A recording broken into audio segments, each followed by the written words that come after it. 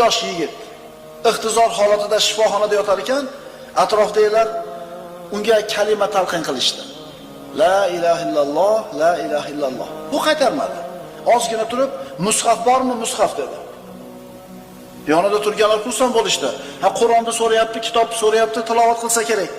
Mushafni oldiga olib kelishganlarida u sizlarga guvoh qilib aytaman, mana shu kitobga men kofirman dedi.